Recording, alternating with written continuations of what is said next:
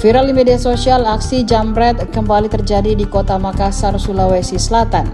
Kali ini terjadi di Jalan Pelita 2, Kecamatan Rapocini, Kota Makassar pada Kamis 22 Mei 2025.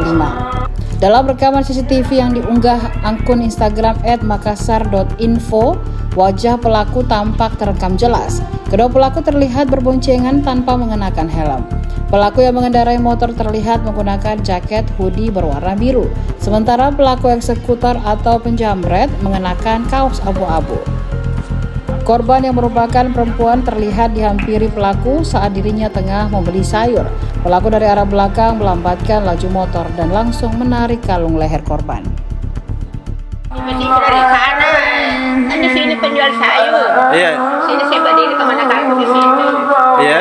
Kira mau beli kebeli sayur langsung ada saja daripada saya pakai di sini handuk dari depan. Tidak ada orang-orang. Itu di penjual sayur semua itu ke mana kaku. Jam-jam berapa kejadiannya tuh? Jam berapa tadi itu nak mau setengah 8. Oh, pagi di. Iya pagi.